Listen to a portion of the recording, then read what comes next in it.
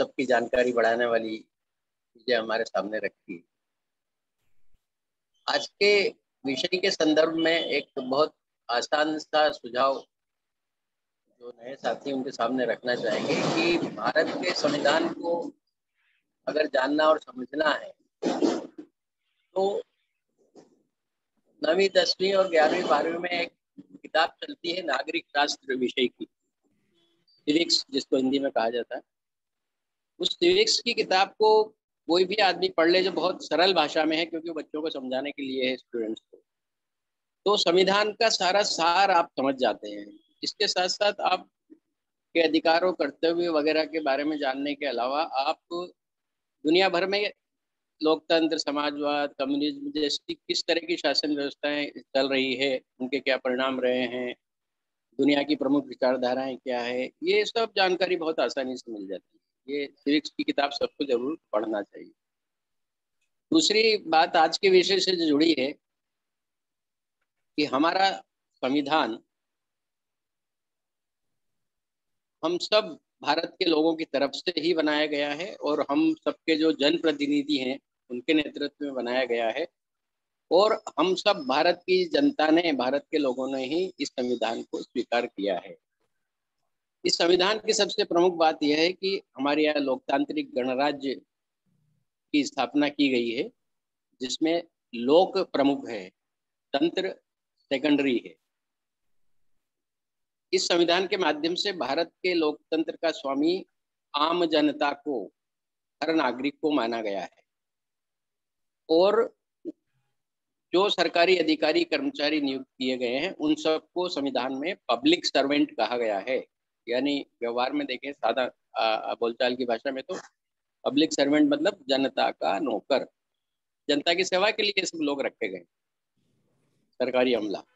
लेकिन दुर्भाग्य से हम व्यवहार में देखते हैं कि हमारे देश में लोक हावी होना चाहिए, तंत्र उसकी सेवा में नीचे रहना चाहिए, उसकी जगह उल्टी स्थिति बन गई है। तंत्र हम पे हावी हो गया है, अफसर अपने आप को माई बाप समझने लगे हैं, और जनता उनके सामने दयनीय स्थिति में जनता को ला दिया गया है।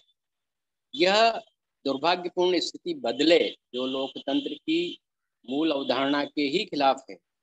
इस स्थिति को बदलने के लिए ही जनता की ही मांग पर सूचना का अधिकार जैसा कानून लाया गया है, इस तरह के और भी मानवाधिकार कानून लाया गया है, उपभोक्ताओं के कानून लाए गए हैं, पर्यावरण से संबंधी कानून लाए गए हैं, और लोक सेवकों को दंडित करने की इन सब कानूनों के माध्यम से व्यवस्था की गई है। अभी आप सबकी जानकारी में होगा, एक और मांग को लेकर अभी जन आंदोलन राजस्थान से शुरू हुआ है, जहाँ से जिन लोगों ने जहाँ से सूचना का अधिकार पाने के लिए आंदोलन शुरू किया था, उन्हीं लोगों ने अरुणा राय जी के नेतृत्व में राजस्थान से ही फिर एक जवाबदेही कानून बनाने की मांग शुरू की है।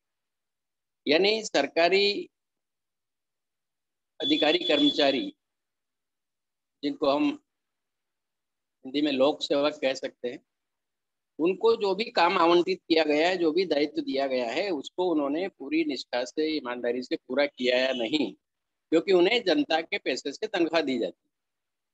तो जनता के पैसे पे बिना काम किए ऐश नहीं कर सकते, इसलिए उनकी जवाबदेही तय होनी चाहिए, और अगर उन्होंने उनको सौंपा गया दायित्व काम पूरा नहीं किया है तो उनके खिलाफ दंडात्मक कार्रवाई होना चाहिए। इस मांग का हम सबको समर्थन अवश्य करना चाहिए। भारतीय संविधान के, जैसे पूर्व वक्ता ने बताया, उत्तम जी ने, कि इसी संविधान में हमारे सारे मौलिक अधिकार उल्लेखित किए गए हैं। उनमें से एक बहुत महत्वपूर्ण अधिकार है जो लोकतंत्र को सार्थक बनाता है, और वह है अभिव्यक्ति की स्वतंत्रता का अधिकार। यानी आपको अपने विचारों को अभिव्यक्त करने की पूरी आज़ादी है। सुप्रीम कोर्ट ने इसी संविधान अनुच्छेद के तहत सूचना के अधिकार को भी शामिल माना है। यानी सूचना का अधिकार भी मौलिक अधिकार का दर्जा प्राप्त कर चुका है, और इसका सुप्रीम कोर्ट द्वारा एक से ज्यादा बार पुष्टि की जा चुकी है। संविधान में अधिकारों के अलावा, मौलिक अधिकारों के अलावा, नीति निर्देशक तत्वों का भी उल्लेख किया गया है। नीति निर्देशक तत्व वो हैं जो बाध्यकारी नहीं है लेकिन परामर्शी हैं। सरकार को सलाह दी गई है कि जनहित में उसको ये सब काम भी करने चाहिए। यथासंभव। जैसे सबको मुफ्त शिक्षा का अधिकार, सबको मुफ्त चिकित्सा का अधिकार, इस तरह की बातें जनता के हित की नीति निर्देशक तत्वों में शामिल की गई। और एक और सबसे महत्वपूर्ण बात कि संविधान में बाद में संशोधन के जरिए हम भारत के लोगों के मौलिक कर्तव्यों को भी शामिल किया गया है। हम सब अच्छी तरह जानते हैं कि अधिकार और कर्तव्य एक ही सिक्के के दो पहलू हैं। कोई भी अधिकार अपने आप में संपूर्ण नहीं। हर अधिकार के साथ कुछ नियम है, मर्यादाएं हैं, शर्तें हैं, उनका पालन करना जरूरी है। तो संविधान में मौलिक कर्तव्यों को भी इसलिए शामिल किया गया है कि सिर्फ अगर हम भारत के लोग अधिकारों की ही बात करेंगे और अपने देश के प्रति, समाज के प्रति जो कर्तव्य है उनका निर्वहन नहीं करेंगे तो असंतुलन की स्थिति बनेगी, एक तरफा जिम्मेदारी की स्थिति बनेगी, जो जिससे लोकतंत्र सार्थक नहीं हो सकता है। इसलिए जनता के वो कर्तव्य बताए गए हैं देश और समाज के संविधान में, जिनका भी हम सब नागरिकों को पालन करना चाहिए। उन मौलिक कर्तव्यों को हमने अपने फेसबुक पे राइट टू इंफॉर्मेशन प्रकाशित भी किया है। तो हम सबको मौलिक कर्तव्य भी अवश्य जानना चाहिए। सूचना आयोग में, जैसा भाई शिवानंद जी ने कहा, ऐसे कई मामले सूचना आयुक्त पद पर काम करते हुए हमारी कोर्ट में द्वितीय अपील के रूप में आए या शिकायत के रूप में आए, जिनमें नागरिकों के मौलिक अधिकारों का हनन किया गया था, उससे जुड़ी जानकारियां देने से उनको इनकार किया गया। ऐसे सब मामलों में पूरी तरह जन उन्मुख कार्यप्रणाली अपनाते हुए और नौकरशाही की जवाबदेही तय करते हुए हमारे द्वारा भी और अधिकांश सूचना आयोगों द्वारा भी समय समय पर बहुत बेहतरीन फैसले लिए गए हैं, जिनको अदालत में जाए बिना लोगों को बहुत आसानी से अपने हक मिले हैं, जानकारियां मिली।